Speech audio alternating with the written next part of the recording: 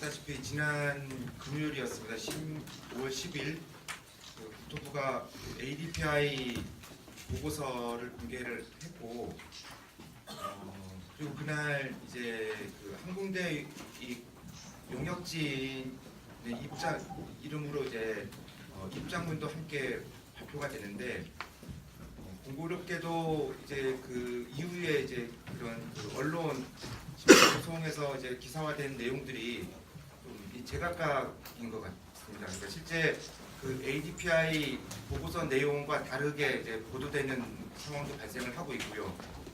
그거는実적으로 이제 국토부가 이제 입장문을 지금 함께 발표하면서 그 입장문에 이제 ADPI 보고서의 내용과 전혀 다른 이제 용역진의 의견을 마치 ADPI의 사의 의견인 것처럼 이렇게 기술을 하고 사실 이게 의도된 내용이 아닐까라는 생각까지도 좀 하게 되는데, 그래서 그런 내용들 때문에 이제 사실 이제 ADPI의 결론 이제 그 검토 연구 용역한 그 대안이 제대로 이제 지금 그 제주도민사회에 알려지지 않은 부분들이 있는 것 같습니다. 그래서 그 내용 관련해서 지금 저희가 다시 한번 원문을 토대로 해서 좀 내용을 좀 확인하는 이제 과정을 거치도록 하겠고요. 그리고 이와 관련한 이제 성산업 대책이야 이제 공도민 행동의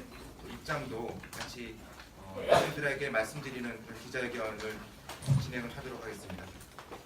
그럼 먼저 이제 시작에 앞서서 우리 그 단체 대표님들의 구호 한번 외칠까요? 일어서서 외칠까요? 네. 일어서 한번 그러면은 구호 한번 외치고 시작하도록 하겠습니다. 제가 선창을 하면은 뒷부분만 따라해 주시고 피켓 높이 들어주시면 되겠습니다. 제주도민 반대한다. 제2공항 철회하라. 철회하라! 철회하라! 철회하라! 제2의 4대강 제2공항 철회하라. 철회하라! 철회하라! 철회하라! 두 개의 공항 필요 없다. 제2공항 철회하라. 철회하라! 철회하라! 철회하라! 제주도민 반대한다. 제2공항 철회하라. 철회하라! 철회하라! 철회하라! 네, 이 정도 하고 다 앉아주시고 중간에 다시 한번 또 진행하면서 또 한번 외치도록 하겠습니다. 그러면은 먼저 성산업 반대대책이 강원보 집행위원장께서 인사말을 해주시겠습니다. 예, 오늘 우리 기자분들 많이 오셨는데요. 고맙습니다. 이렇게 정말 저희가 미래의 최대 현안에 관심을 가져주시는 우리 언론 여러분께 먼저 감사의 인사를 드립니다. 예, 이제 국토부의 새빨간 거짓말이 드디어 드러났습니다. 없다던 ADPI 파일 나왔습니다. 그리고 당초 세계 대안으로 연구했던 현 제주공항 한전탄소의 용적이 허구가 여실히 드러나고 있습니다. 여러분, 이 역사의 현장에서 ADPI 파일을 이제 분석하고 여러분께 밝히는 과정에서 함께 해주셔서 정말 감사합니다. 이 부분들을 도민사회에 낱낱이 알려주시고 정말 이 잘못된 절차 진행의 가장 표본인 이 ADPI 파일 파기에서부터 이 해법을 찾아야 한다고 생각합니다.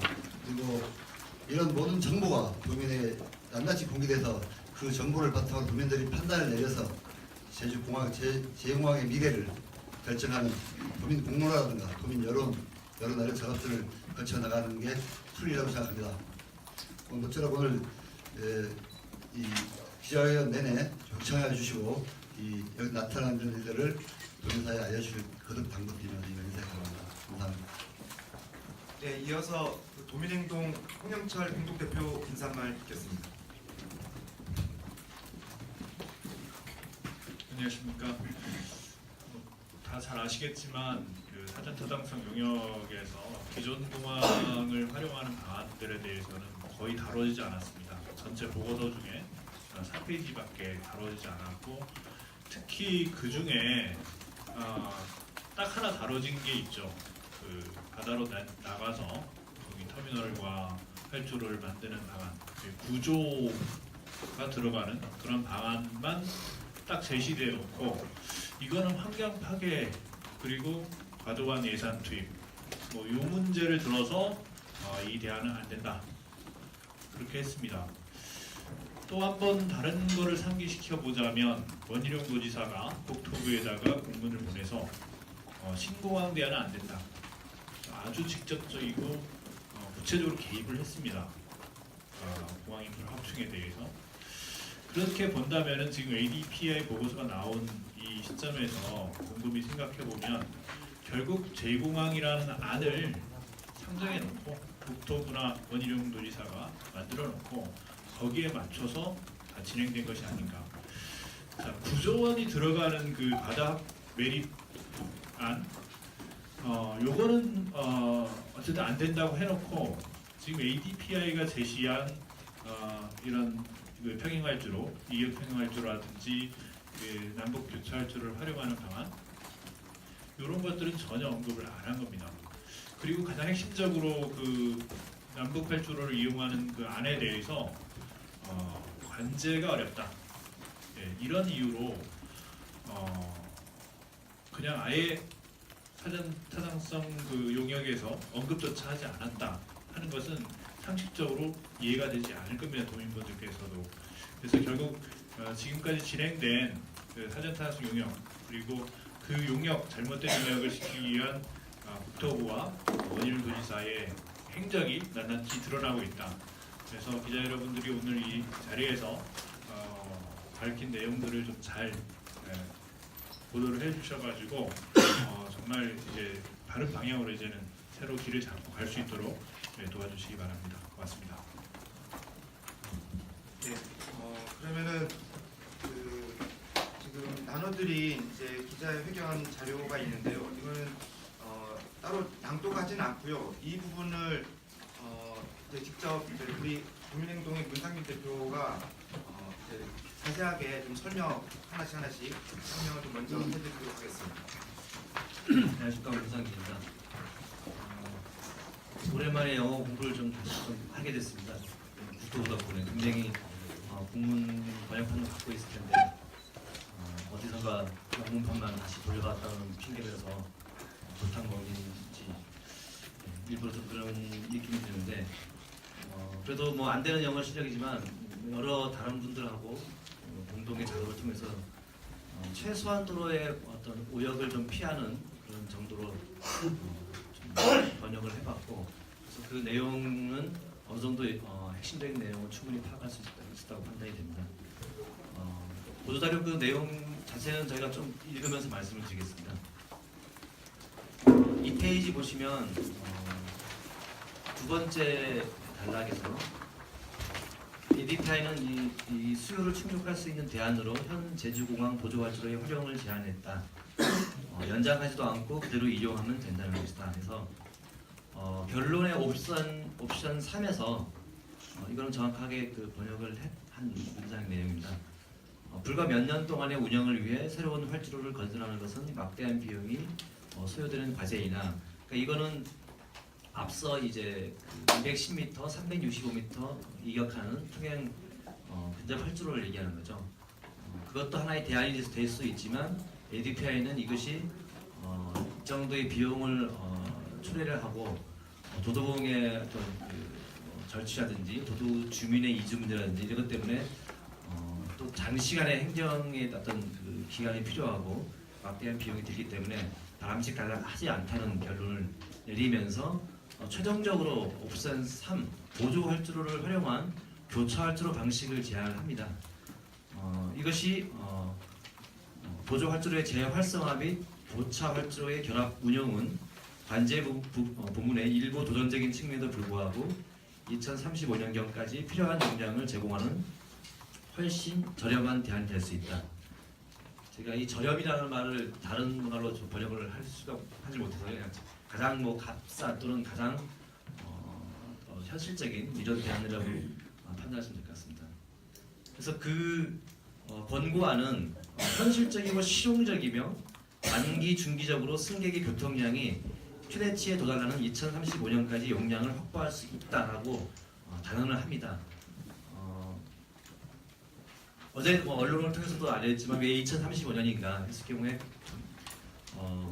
한국항공대가 2015년 이 사태를 보고서를 발표하기 전에 직전 2014년도에 제주 항공 수요를 조사에 측한 보고서를 냅니다. 거기서 정확히 2035년에 4,500만을 넘는다고 이제 명시를 했고 2040년이 가서도 불과 한 6, 7만 정도의 차이가 안 나는 정도로 해서 2035년 이후부터는 거의 수평을 이루는 그런 수요가 이제 일정하게 유지가 된다는 그런 측면에서 사실상 4,500만을 넘기는 기준선은 2035년이기 때문에 ADPI 그 팀도 2035년에 요구하는 그 수요 예측은 충분히 달성할 수 있다고 이렇게 기준을 잡은 것 같습니다. 네 번째 보시면 대부분의 권장 사항이 이행된다면 ADPI는 제주공항이 2035년까지 예상되는 교통 증가에 대처할 수 있다고 확신한다라고 표현을 했습니다. 그러니까 이 대부분의 권장 사항이라는 것은 이 전체 보고서를 쭉 보신 분은 아시겠지만 굉장히 현실적이고 합리적이고 여러 가지 안에 대한 어떤 대안들을 제시합니다. 공영 문제라든지 그리고 어떤 그 지상의 어떤 영역 문제라든지 관제 문제라든지 뭐 계류장 규장을 포함해서 여러 가지 문제를 다 종합적으로 다루고 그런 것들에 대한 어떤 그 개선 방안들을 제시를 합니다. 그런 것들이 충분히 이행이 된다면 2035년까지 예상되는 교통 증가에 대처할 수 있다고 확신한다고 명시를 했습니다. 다음 페이지 3페이지 넘어가 보시면 라바디아를 그 예를 드는데 라바디아 같은 경우는 약 시간당 75회의 슬롯을 현재 운영 중인데 이 용량을 비교를 하면서 현재 이 교차 활주를 활용하면 제주공항에서는 약 60회의 시간당 운항 횟수를 운영할 수 있다 이렇게 명시를 합니다. 그래서 ADPI는 짧은 활주로에서의 운영으로 인한 안전 문제를 알고 있다. 그러나 이것은 미국과 같은 다른 나라에서 오히려 현재 실행 중이다. 원칙적으로 말하자면 이런 활주로 시스템은 최소 투자 비용이 들며 도착 또는 같이 연결된 도착 이 간격의 4.5 해리 간격으로 약 62회의 시간당 슬롯 용량을 제공할 수 있다. 지속 가능한 용량은 약 60회로 낮아지고 있어요. 이렇게 해서 표를 또 제시를 하고 있습니다. 그래서 그 밑에 이 용량 증가는 새로운 인프라, 새로운 제어 절차 및 도구의 새로운 단계뿐만 아니라 관제사 및 조종사의 적절한 훈련에 대한 유효성을 확인한 후 작은 증대로도 달성이 된다라고 해서 이 목표가 전혀 달성되지 않는 어떤 그 굉장히 높은 어떤 목표의 어떤 계획이 아니라는 것을 설명을 하고 있습니다. 조금 부연 설명을 말씀드리자면은 시간당 60회면은 미 연방항공청 FAA의 표준 용량을 기준으로 할 때 연간 28만 3,500회의 운항입니다.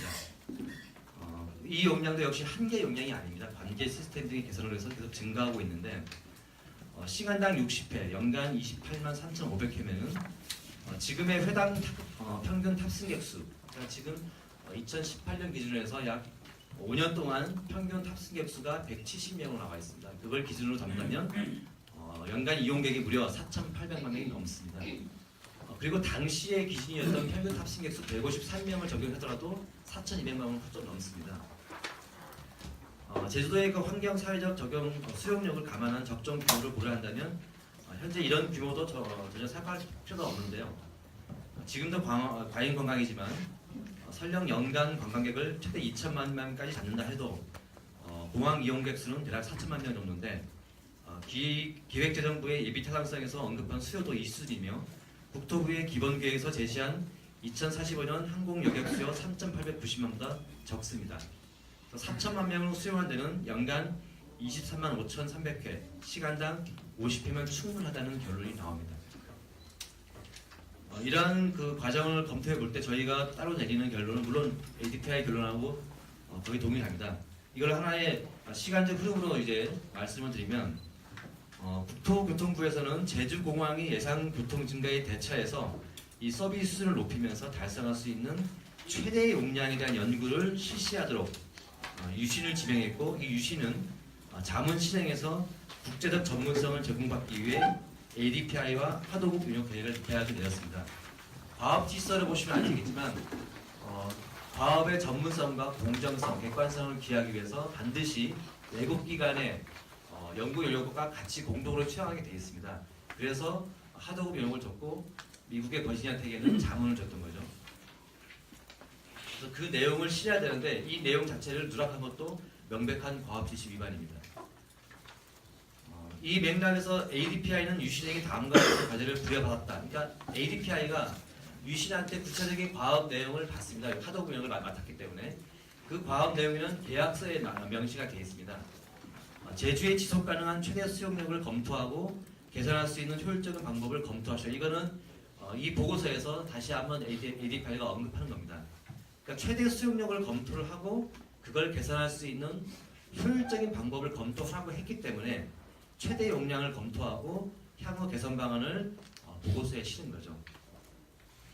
그래서 결론적으로 2045년 목표로 연간 4,562만 명, 항공기 운항은 29만 9천회, 시간당 68회를 설정하고 연구를 했다. 이게